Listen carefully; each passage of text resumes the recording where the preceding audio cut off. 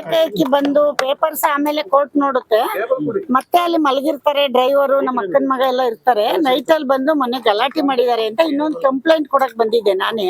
ಅದನ್ನ ಸಾಹೇಬರು ತಗೊಂಡಿದ್ದಾರೆ, ಮಾತಾಡಿದ್ದಾರೆ, ಎಲ್ಲ ನಾನು ಮಾಡ್ಕೊಡ್ತೀನಮ್ಮ ಅಂತ ಹೇಳಿದ್ದಾರೆ. ಆಮೇಲೆ ನಮ್ಮ ಹುಡುಗರು, ನಮ್ಮ ಲಾಯರ್ ಇದಾರಲ್ಲ, ನಮ್ಮ ಸಂಜಯ್ ಅವ್ರು ನೋಡ್ಕೋತಾರೆ ಮಿಕ್ಕಿದ್ದು. ಮುಂದೆ ಕೋರ್ಟ್ ಅಲ್ಲಿ ಏನಾಗುತ್ತೆ, ನಮ್ದು ತಪ್ಪಿದ್ಯಾ ಅವ್ರ ತಪ್ಪಿದ್ಯಾ ನೋಡಿದ್ಮೇಲೆ ನಾನು ಪ್ರೆಸ್ ಮೀಟ್ ಕರೆದು ನಿಮ್ಗೆ ಅದ್ರ ಬಗ್ಗೆ ಮಾಹಿತಿ ಕೊಡ್ತೀನಿ. ಅಲ್ಲ, ಕೋರ್ಟ್ ಇಂದ ಆರ್ಡರ್ ಬರ್ಬೇಕು. ಅದು ನಮ್ದು ಒಂದು 6 ವರ್ಷ ಆಗಿದೆ. ಬಟ್ ನಾನು ನಮ್ಮ ಫಾರಿನ್ ಅಲ್ಲಿ ಒಬ್ರು ನಮ್ಮ ಇದೇ ಹಾಸನ್ ಹುಡುಗ ಅವರ ಮಕ್ಕಳ ಎಜುಕೇಶನ್ಗೆ ಅಂತ ತೆಗೆದು ಬಿಟ್ಕೊಂಡಿದ್ರಂತೆ. ಅವರು ರಿಕ್ವೆಸ್ಟ್ ಮಾಡಿದ್ರು, ಅಂದ್ರೆ ಯಾವಾಗ್ಲೂ ಮಾಡ್ತಾ ಇದ್ರು ಬಂದು. ನಾನು ಯಶ್ ಹತ್ರ ಹೇಳಿದೆ, ಯಶ್ ಅಮ್ಮ ನಮ್ಗೆ ಯಾಕಮ್ಮ ನಾವು ಅಲ್ಲಿ ಇರಲ್ಲ, ನಾವು ತೋಟದಲ್ಲಿ ಇರ್ತೀವಿ ಅಂತ ಹೇಳಿದ್ರು.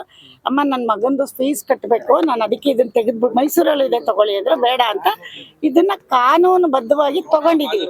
ಸುಮ್ಮನೆ ಏನೋ ಬೇರೆ ತರ ತಗೊಂಡಿಲ್ಲ. ಎಲ್ಲ ರಿಜಿಸ್ಟರ್ ಆಫೀಸಲ್ಲಿ ರಿಜಿಸ್ಟ್ರು ಎಲ್ಲಿದೆ, ನಮ್ಮ ಅಕ್ಕನ ಮಗ ಎಲ್ಲಿದೆ ಅಂತ ಪ್ರಸಾದ್ ಅವನೇ ಅದೆಲ್ಲ ನೋಡೋದು. ಆಮೇಲೆ ಮೊನ್ನೆವರೆಗೂ ಟ್ಯಾಕ್ಸ್ ಕಟ್ಟಿದೀವಿ. ಆಮೇಲಿಂದ ಅದಕ್ಕೇನದು ಈ ಖಾತಾ ಏನದು ಕಾರ್ಪೊರೇಷನ್ಗೆ ಆಗುತ್ತಲ್ಲ, ಇದರಿಂದ ಈ ಸತ್ತು ಅದನ್ನು ಮಾಡಿದ್ದಾರೆ ಗೌರ್ಮೆಂಟ್ ಇಂದ. ಒಂದು ವೇಳೆ ಅದರಲ್ಲಿ ಏನೋ ನಾವ್ ಹಿಂದೆ ಮೋಸ ಹೋಗಿ ಯಾರೋ 3-4 ತಲೆಮಾರಿಂದ ಹಿಂದೆ ಏನಾದ್ರು ಆಗಿದ್ದು, ನಾವು ಆತರ ಮಾಡಿದ್ರೆ ಅವರೇ ತಗೊಳ್ಳಿ, ನಾವು ಕೊಟ್ಬಿಡ್ತೀವಿ ಧಾರಾಳ, ನಿಮಗೆ ಕರ್ದು ಕೊಡ್ತೀನಿ ನಾನು, ಗೊತ್ತಾಯ್ತಾ? ಆತರ ಇದ್ರೆ ಖಂಡಿತ ನಮ್ ಲಾಯರ್ ಹಂಗ್ ಮಾಡಲ್ಲ. ಹಂಗಿದ್ರೆ ಯಶ್ಗಂತ ಸೈಟ್ ಅವ್ರು ಕೊಡ್ಸಲ್ಲ. ಇವ್ರು ಯಾಕೆ ಹಿಂಗ್ ಮಾಡ್ತಿದಾರೆ? ಇವ್ರು ಯಾವತ್ತೂ ಎದುರುಗಡೆ ಬಂದಿಲ್ಲ, ಒಂದು ದಿನ ಬಂದಿಲ್ಲ. ಸುಮ್ನೆ ಏನೋ ನಂದು ಅಂತಿದ್ರು. ಈಗ ನೀವ್ ಹಾಕಿರೋ ಶರ್ಟ್ ನಂದು ಅಂದ್ರೆ ಅದು ಪ್ರೂಫ್ ಕೊಡ್ಬೇಕಲ್ಲ, ಅಷ್ಟೇ ಆಗಿರೋದು, ಇನ್ನೇನಿಲ್ಲ. ಹಾ ಕೇಳಿ, ಅದಕ್ಕೆ ಉತ್ತರ ಕೊಟ್ಬಿಡ್ತೀನಿ. ನನ್ನ ಮನೆ ಅಡ್ರೆಸ್ಗಾಗ್ಲಿ ನಂದು ಅರುಣ್ ಕುಮಾರ್ ಪುಷ್ಪ ಅಂತ ಇರೋದು, ಅದ್ರಲ್ಲಿ ಯಾವ್ದು ಯಶ್ ಪ್ರಾಪರ್ಟಿ ಯಾವ್ದು ಇಲ್ಲ.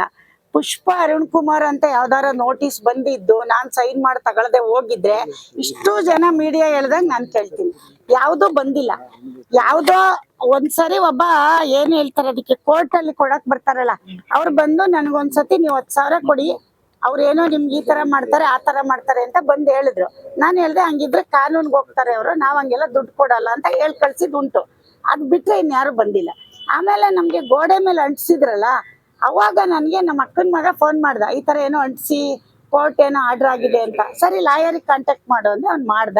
ಅದೇ ತರ ನಮ್ ಸಂಜಯ್ ಅವರೆಲ್ಲ ನೋಡ್ತಿದ್ದಾರೆ, ಸ್ಲೋ ಆಗಿ ನೋಡ್ತಾ ಇದ್ರು. ಅಷ್ಟೊತ್ತಿಗೆ ಇವ್ರು ಬಂದು ನಾನು ಇಲ್ದೇ ಇರೋ ಟೈಮಲ್ಲಿ ಹೊಡೆದಿದ್ದಾರೆ. ಅಲ್ಲಿ ತುಂಬಾ ಬೆಲೆ ಬಾಳೋ ಸಾಮಾನಿತ್ತು, ಗ್ರಾನೈಟು. ಆಮೇಲೆ ನಮ್ಮ ಹುಡುಗನ್ಗೆ ಫ್ರೆಂಡ್ಸ್ ಎಲ್ಲ ಬರ್ತಾರೆ ಅಂತ ಅವನಿಗೆ, ಆಮೇಲೆ ಪಾರ್ಟಿ ಅಂತ ಅಂದ್ರೆ ಕಾರ್ಗಳು ನಿಲ್ಸಕ್ಕೆ ಎಲ್ಲ ಬಾಡಿಗೆ ಎಲ್ಲ ಕೇಳಿದ್ರು. ಅಷ್ಟು ಚೆನ್ನಾಗಿ ಮಾಡಿದ್ವಿ ನಾವು. ಅದನ್ನ ಅವರು ಹೊಡೆದಾಕಿದ್ದಾರೆ.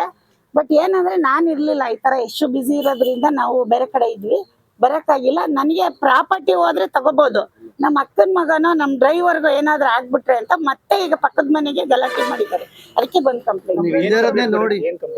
ಅದೇ ಈ ತರ ಮತ್ತೆ ಬಂದು ತೊಂದರೆ ಕೊಡ್ತಿದ್ದಾರೆ. ಯಾಕೆಂದ್ರೆ ಅವತ್ತು ಮಧ್ಯಾಹ್ನದಿಂದ ಸಂಜೆವರೆಗೆ ಬ್ಯಾಚ್ ಬಂದಿದ್ದಾರೆ. ಈ ಬ್ಯಾಚ್ ಹೋದ್ರೆ ಇನ್ನೊಂದ್ ಬ್ಯಾಚ್ ಬರೋದು. ಇವ್ರು ಹೋಗಿ ಹೊಡೆದು ಕರ್ಕ ಬಂದ್ರೆ ಪೊಲೀಸವರು, ಮತ್ತೆ ಇನ್ಯಾರೋ ಹೋಗಿ ಕೂತಿದ್ದಾರೆ. ಅದೆಲ್ಲ ಫೋಟೋ ಇದೆ, ಕಳ್ಸಿದ್ದಾರೆ. ಅದು ನನಗ್ ಗೊತ್ತಿಲ್ಲ, ಅದನ್ನ ಇವ್ರು ಮಾಡ್ತಾರೆ. ಏನ್ ಹೇಳಿ, ಅಲ್ಲ ಅದು ಇದೆ, ಅಲ್ಲಿ ಕೊಟ್ಟಿದ್ದೀನಿ. ಬಟ್ ಒಂಚೂರು ಅಲ್ಲ, ಅದನ್ನ ನಾನು ಕಾನೂನಲ್ಲಿ ತೋರಿಸಿದ್ಮೇಲೆ ಪ್ರೆಸ್ ಮೀಟ್ ಅಲ್ಲಿ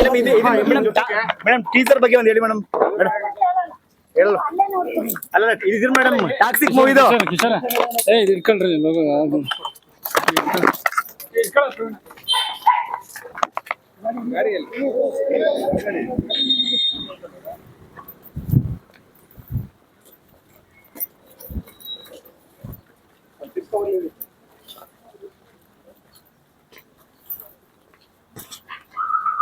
ಲೇಟೆಸ್ಟ್ ಹಾಗೂ ಇಂಟ್ರೆಸ್ಟಿಂಗ್ ಸುದ್ದಿಗಳಿಗಾಗಿ ಬಾಸ್ ಟಿವಿ ಕನ್ನಡ ಚಾನೆಲ್ನ ಸಬ್ಸ್ಕ್ರೈಬ್ ಮಾಡಿ. ಹಾಗೆಯೇ ಬೆಲ್ ಐಕಾನ್ ಪ್ರೆಸ್ ಮಾಡಿ. ಇದರ ಜೊತೆಗೆ ಫೇಸ್ಬುಕ್, ಇನ್ಸ್ಟಾಗ್ರಾಮ್, ಎಕ್ಸ್ ನಲ್ಲೂ ಮಿಸ್ ಮಾಡದೆ ಫಾಲೋ ಮಾಡಿ.